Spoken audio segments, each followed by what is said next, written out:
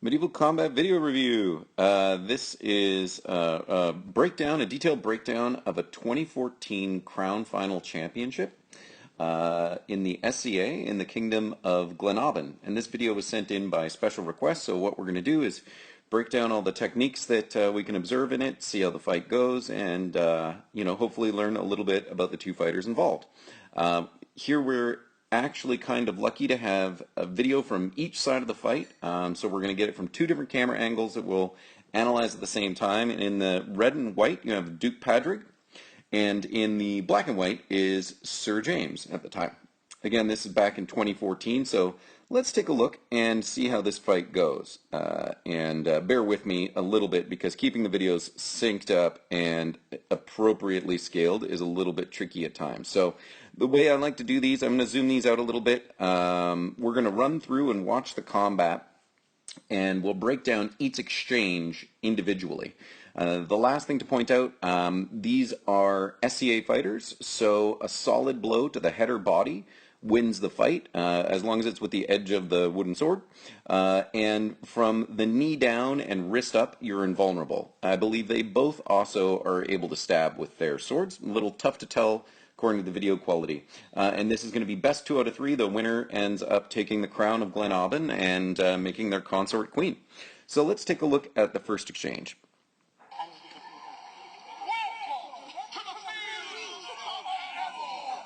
You can tell a little bit from the echo that they're just maybe a half a frame out of sync. That's because they're slightly different frame rates. So right off the bat, what do we notice? We've got a left-handed fighter and a right-handed fighter. Both of them are fighting with pretty long swords. One of them's got an arm strap shield. One of them's got a center grip shield. They both have their strengths and weaknesses. Definitely Sir James has a thrusting tip on his sword by the look of it. A little tougher to tell if Dubh Padruig does or not.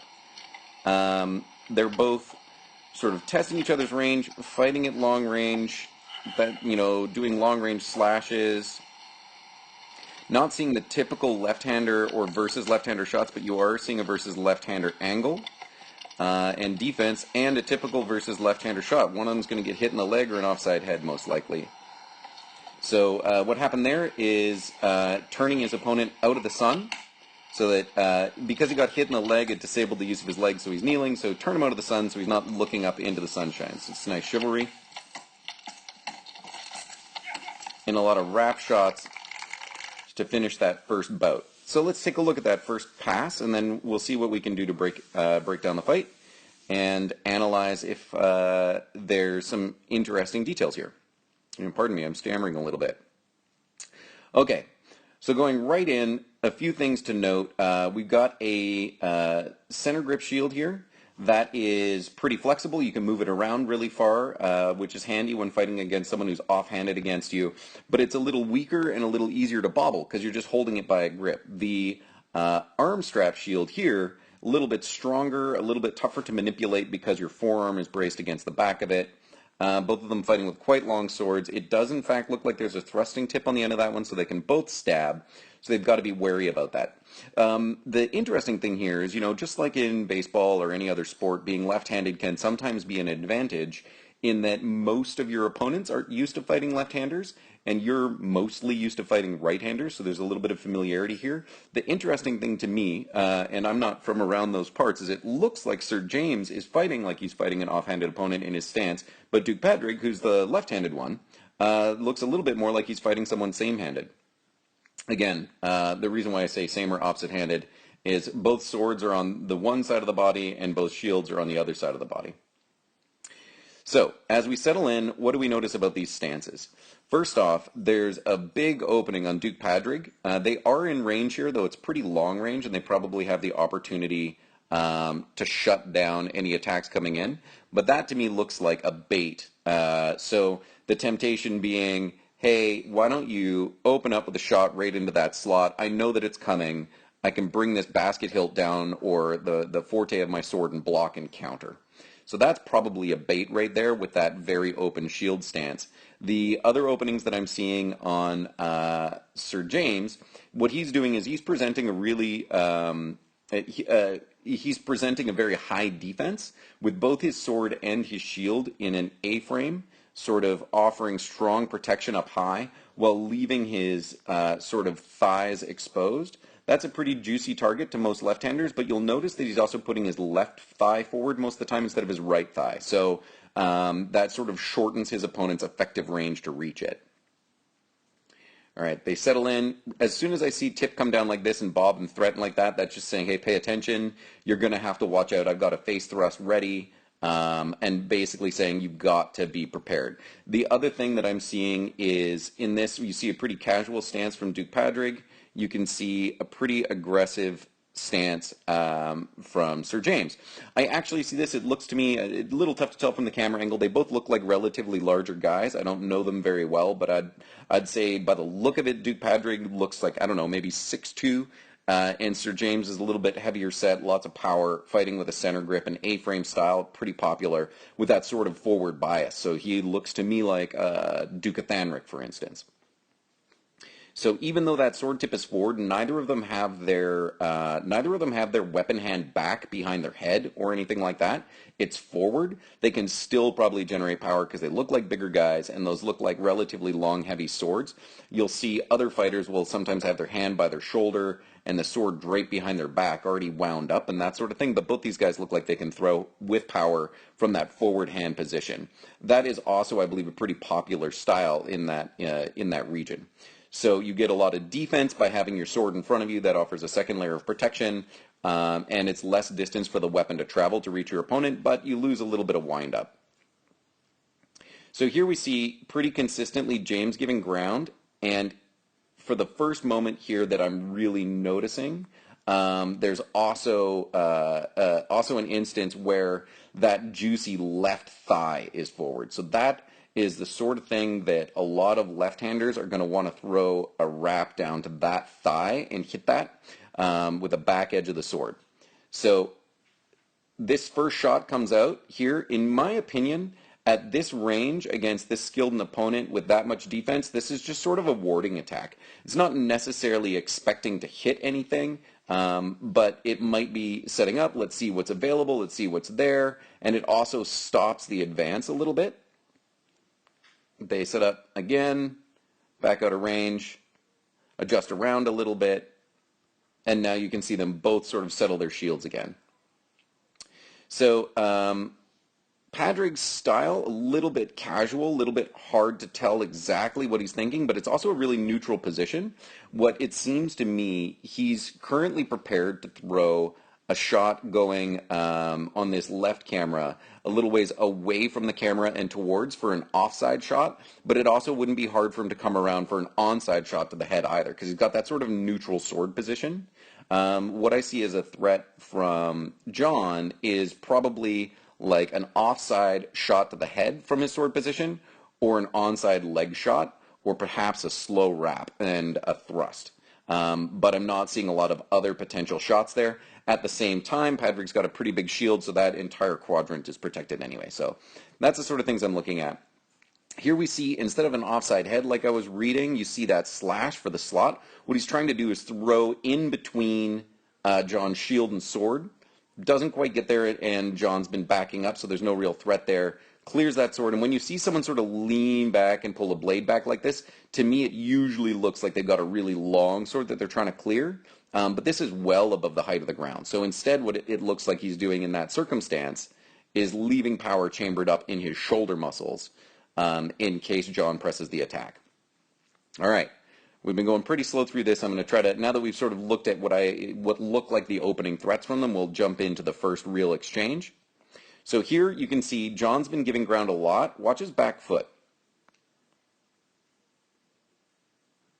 There, as soon as you see a plant like that, is he's moving back, and that's plant forward. So what he's actually done is he's drawn John forward, and as soon as that back foot settles, he's actually throwing his first shot. Now this first shot, because Padruig isn't moving in very quickly, in my estimation, is actually just a setup. He's at too far a range to be throwing an offside with his hand that far back that's going to hit.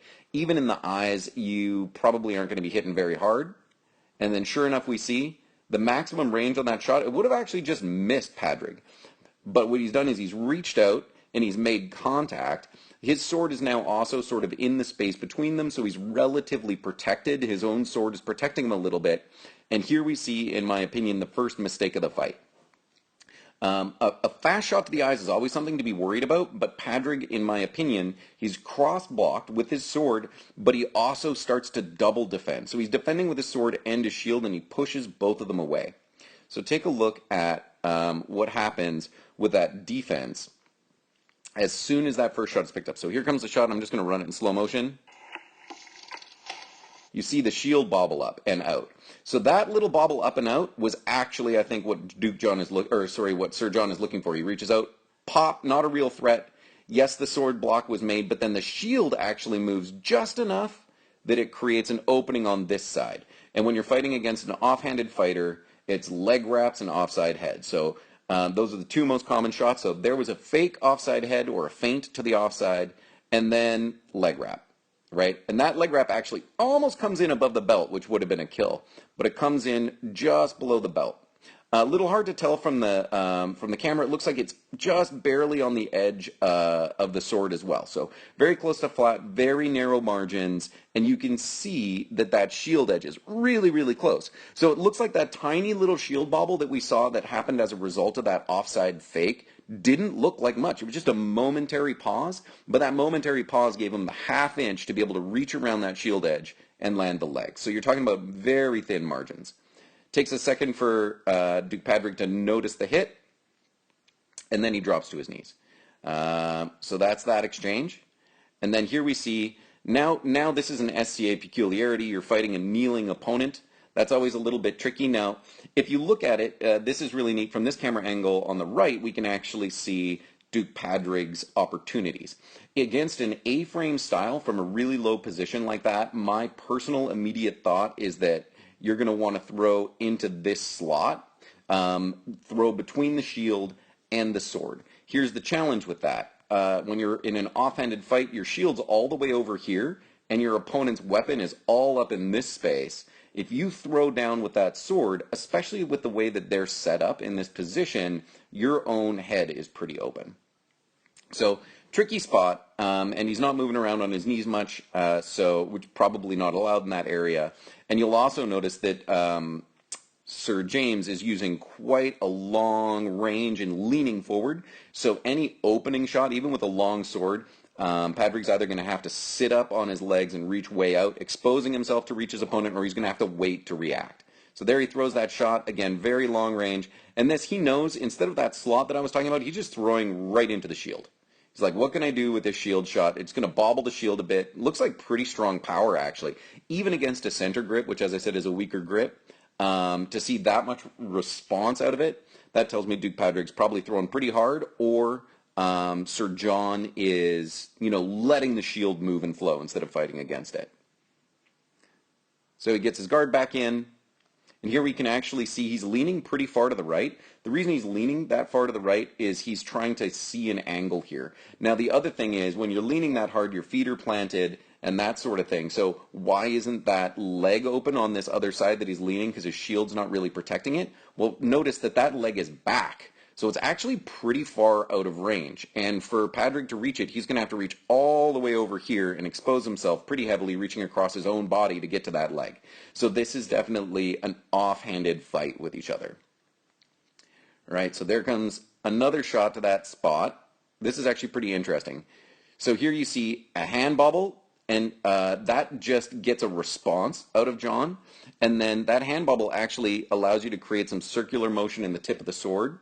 So here it is, do something, circle to regenerate power, and then here comes the real shot, and it's actually really smart. It almost gets there. If John had gotten a little closer, that would have worked. So the first hand bubble says, start reacting, chamber, and wait a half minute, and then throw into an opening that will probably appear. Right? So we go back, watch that. There's that shot, and then something appears, and it's actually the head, but John hasn't stepped forward enough. Right, so that was actually, the ploy worked, but John didn't step in or lean in enough that that would have hit the face. Really cool move. All right, set up again. And here, we just saw that front leg scoot forward. That front leg scooted forward, the body's leaning over. That means he's trying to close in and get a little closer. This is another place I don't know these gentlemen, but I think it's actually pretty clever. A lot of his leg work, or a lot of his legs and his footwork are concealed behind that long skirt. So it might be a little tough to actually tell when he gets that little bit of extra range. So he scooted that leg forward.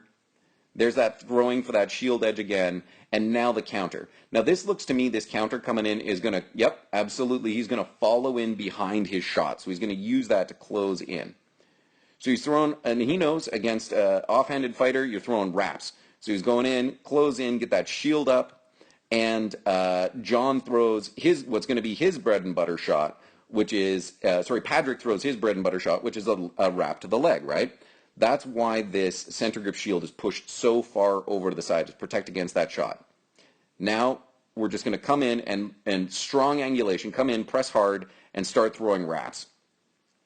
Now that shield here is that center grip shield is actually jamming up the space pretty well, and what you'll see a lot of really good fighters, especially when they've got good weight and a low center of gravity, is they'll actually push their hips into their kneeling opponent and maybe even lean back a little bit. So that provides good stability and relatively good control of the space. Both shields are in the way, sort of jamming things up. John right here, when you look at his elbow like this, it looks to me like he's chambering for an offside, hoping that head is going to pop out on John. And Padruig, in fact, does throw into that quadrant, but it looks like I'm just sort of throwing blind and hoping, whereas meanwhile, John's got the wrap on the arm. And so this wrap comes around the outside, gets way above the shields, and meanwhile, his back shield edge, because it's a center grip, he can keep that back corner out. You look at how far out it is from his body. So that shield edge is actually offering the protection because it's cranked away from him. So that's where the shield edge blocks the offside, and his own wrap comes in and hits the arm. At this point, and he's still throwing more shots. The second one hits the arm as well. I think the way that this is called, Padruig says, I lost the arm to the first shot. The second shot goes into where an arm is already dead, so that counts as a body shot. And that's the first fight. Awesome moves. So we're going to fast forward a little bit till the start of the second match. So that's one for Sir John. All right, so Duke Padruig has to win this next fight. So let's see how that next one goes. Setting up in the same sort of stances. Padruig again, the one advancing, John backing up, waiting for his opportunity. And here you see actually some really chivalric behavior. Because this is a crown final, there's a bunch of people on the edge of the Eric. It's not like a boxing ring where there's ropes. So he's actually letting them out of the corner, and they're circling each other out of the corners because they don't want to accidentally push their opponent over someone who's gone into the area. It's sort of traditional that you have your spectators, some of your spectators actually on the field for crown finals. Really interesting throw there from Padruig. Sort of, I don't know if it was a trick shot, but we'll take a look at that.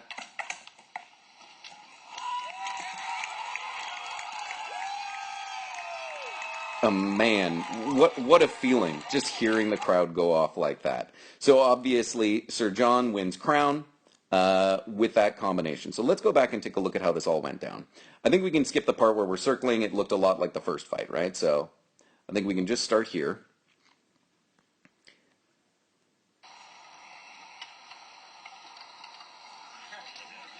Or about here, right? So again, we're going to go through and we're going to break this down little by little. And this is where you can really tell. Having two camera angles is so nice. On the left, it looks like they're actually quite close and perhaps even in range. On the right, you can tell they are both very far out of range. They're both at least a step before they can hit each other. I think we've come a little bit out of sync as well. I apologize. Sometimes that happens. The more you fast forward and go back, because the source videos are at different frame rates, they get a little bit out of sync.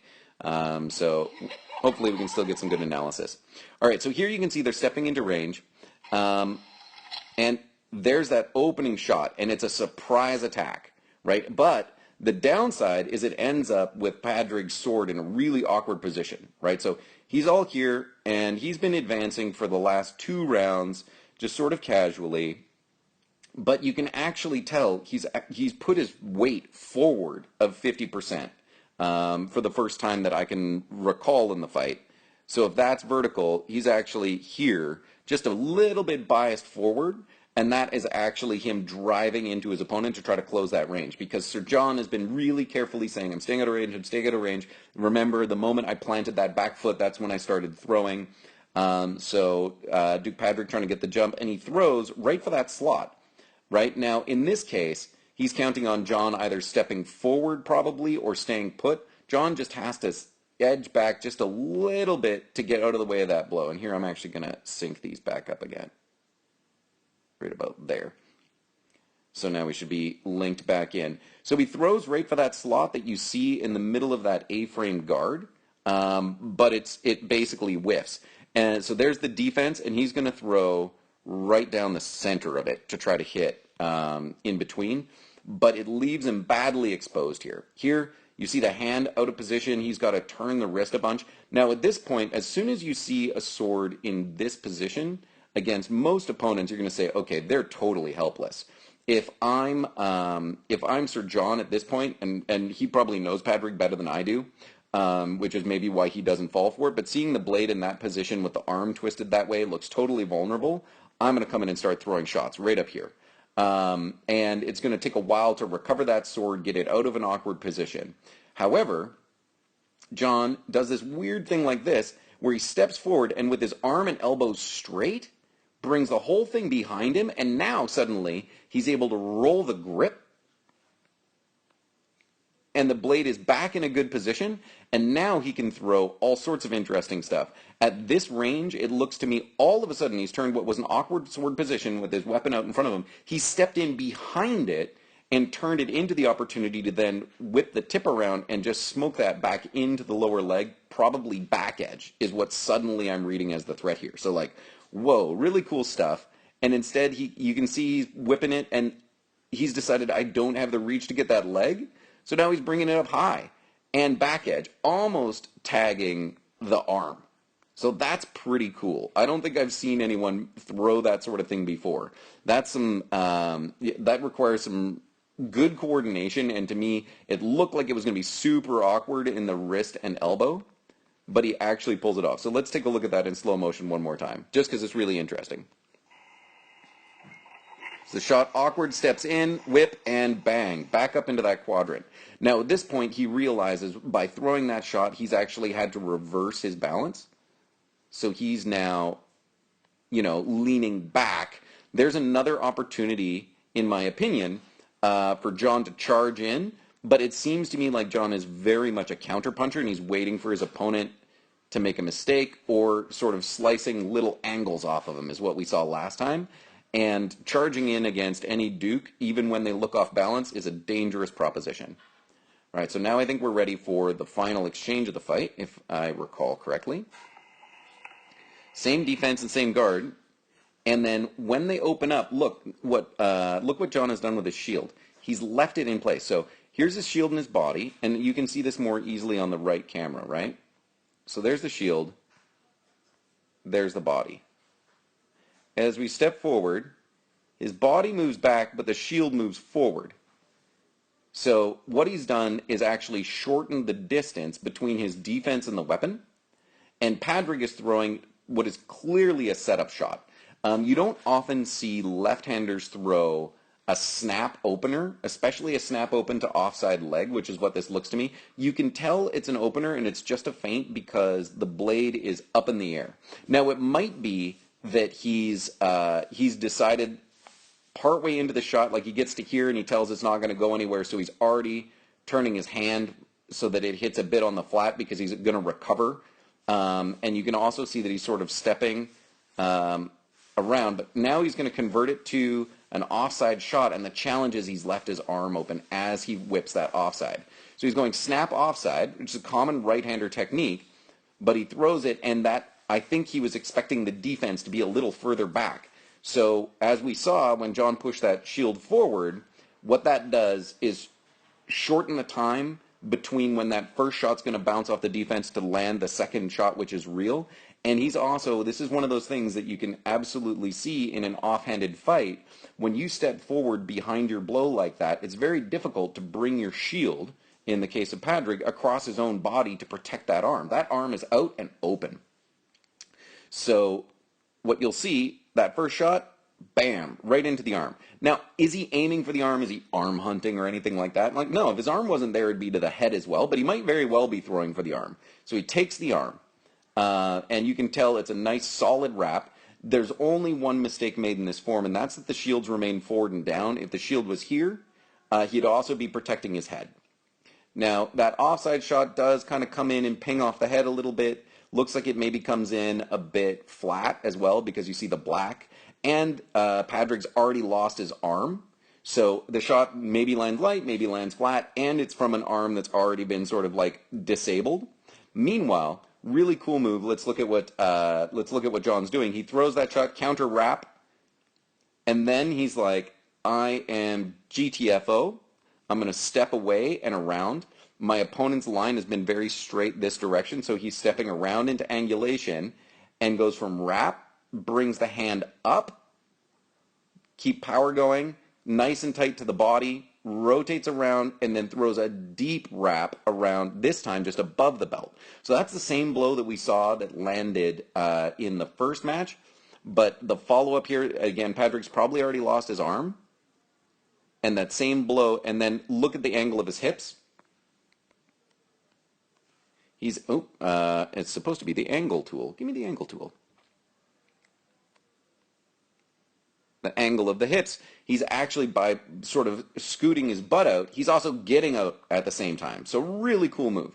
So he does what a lot of people call a J step in a sense, because he stepped backwards and then into the shape of a J sort of. He goes counter wrap, J step, second wrap deep, pull the hips back, get out, and look at. He's got a really good sense, even though he's blind, he's got a really good sense for where his opponent's sword is, because he's left his shield high, and he's almost playing sticky hand with his opponent, because he knows that if Padruig hasn't lost his arm, he can be throwing blows all down in this area. So his sword is protecting him a little bit, his shield is up protecting him, and he's getting out, and he's angled. Awesome shot. And that is a crown victory. Listen to that. Listen to the crowd. So, very cool fight. Thank you very much for the recommendation for which video to watch. I should point out, just to be clear, he didn't fall down because he dead. He fell down because he just made his lady the crown princess. So that's an exhausted and joyful laying down, not a I just lost laying down. So thank you for submitting the video. It's really handy that I got links to both camera angles. Super helpful, and even though this is a little bit older video from 2014, shows some really cool techniques. If you have other medieval combat that you would like me to review, it doesn't have to be SCA, it doesn't have to be heavy, although that is a little bit my specialty. I'll try to review anything else that you send my way. Also, I'm going to be trying to drop these videos weekly, so if you want to be notified when they become available, I'm going to be shooting for Fridays, but if you like, feel free to subscribe, and I've got a bunch of other medieval combat video reviews coming. All right, thank you very much.